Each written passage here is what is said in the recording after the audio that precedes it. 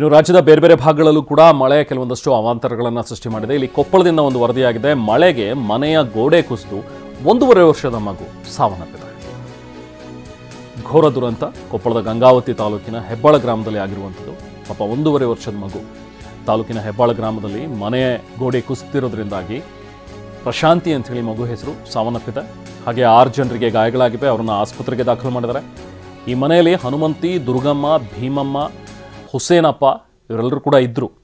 ಇವರೆಲ್ಲರಿಗೂ ಕೂಡ ಈಗ ಗಾಯಗಳಾಗಿವೆ. ಸುಮಾರು 6 ಜನರಿಗೆ ಗಂಗಾವತಿ ತಾಲೂಕು ಆಸ್ಪತ್ರೆಗೆ ದಾಖಲಿಸಿ ಚಿಕಿತ್ಸೆಯನ್ನು ಕೊಡಿಸ್ತಾ ಇದ್ದಾರೆ. ನೋಡಿ ಎಷ್ಟು ಮುದ್ದಾಗಿರುವಂಥ ಮಗು, 1.5 ವರ್ಷದ ಮಗು ಪಾಪ ಇದು ಪ್ರಶಾಂತಿ ಅಂಥೇಳಿ ಈ ದುರಂತದಲ್ಲಿ ಸಾವನ್ನಪ್ಪಿದೆ. ಸೊ ಕೊಪ್ಪಳದಲ್ಲಿ ನಿನ್ನೆ ಸುರಿದಿರುವಂಥ ಒಂದು ಮಳೆಯಿಂದಾಗಿ ಆಗಿರುವಂಥ ಅವಘಡ ಇದು. ಸೊ ಹೀಗೆ ರಾಜ್ಯದಲ್ಲಿ ಬೇರೆ ಬೇರೆ ಭಾಗಗಳಲ್ಲಿ ನಿನ್ನೆ ಭಾರಿ ಪ್ರಮಾಣದಲ್ಲಿ ಮಳೆ ಸುರಿದಿದೆ. ಕೊಪ್ಪಳದ ಗಂಗಾವತಿ ತಾಲೂಕಿನಲ್ಲೂ ಕೂಡ ಹೆಚ್ಚಿನ ಪ್ರಮಾಣದಲ್ಲಿ ಮಳೆ ಆಗಿದ್ದರಿಂದಾಗಿ ನೋಡಿ ದೃಶ್ಯಗಳಲ್ಲಿ ನಾವು ನೋಡ್ತಾ ಇದ್ದೀವಿ. ಆ ಮನೆ ಮಳೆಯ ಹೊಡೆತಕ್ಕೆ ಅದರ ಮೇಲ್ಛಾವಣಿ ಕುಸಿದಿದೆ. ಮನೆಯ ಕೆಲವೊಂದಷ್ಟು ಗೋಡೆಗಳು ಬಿದ್ದಿವೆ. ನೋಡಿ ಒಂದು ದೃಶ್ಯಗಳನ್ನು, ಒಳಭಾಗದ ದೃಶ್ಯ ನೋಡ್ತಾ ಇದ್ದೀರಿ. ಮೇಲ್ಛಾವಣಿ ಬಿದ್ದಿರೋದ್ರಿಂದಾಗಿ ಪ್ರಮುಖವಾಗಿ ಆಗಿರುವಂಥ ದುರಂತ ಇದು. 1.5 ವರ್ಷದ ಮಗು ಪಾಪ.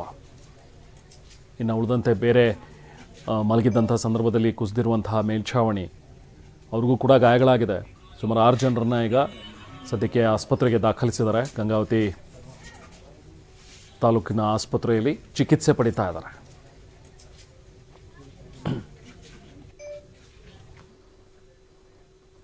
ಇನ್ನು ಯಾದಗಿರಿಯಲ್ಲೂ ಕೂಡ ಮಳೆಗೆ ಒಂದು ಸೇತುವೆನೇ ಕೊಚ್ಕೊಂಡು ಹೋಗ್ಬಿಟ್ಟಿದೆ. ನಿನ್ನೆ ರಾಜ್ಯದಲ್ಲಿ ಬೇರೆ ಬೇರೆ ಭಾಗಗಳಲ್ಲಿ ಅತಿ ಹೆಚ್ಚು ಮಳೆ ಸುರಿದಿದೆ. ಇಲ್ಲೂ ಕೂಡ ಯಾದಗಿರಿಯಲ್ಲೂ ಕೂಡ ತಡರಾತ್ರಿ ಸುರಿದಂಥ ಧಾರಾಕಾರ ಮಳೆಯಿಂದಾಗಿ ಹಳ್ಳದ ನೀರಿನ ರಭಸಕ್ಕೆ ಅಲ್ಲಿ ಅಡ್ಡಲಾಗಿ ಕಟ್ಟಲಾಗಿದ್ದಂಥ ಒಂದು ಸೇತುವೆ ಕೊಚ್ಕೊಂಡು ಹೋಗಿದೆ. ಸೊ ಹಾಗಾಗಿ ರಸ್ತೆ ಸಂಪರ್ಕ ಕಡಿತವಾಗಿದೆ. ಕಲ್ಲದೇವನಹಳ್ಳಿ ಗ್ರಾಮದ ಸಮೀಪದ ತಾತ್ಕಾಲಿಕ ಸೇತುವೆ ಇದು.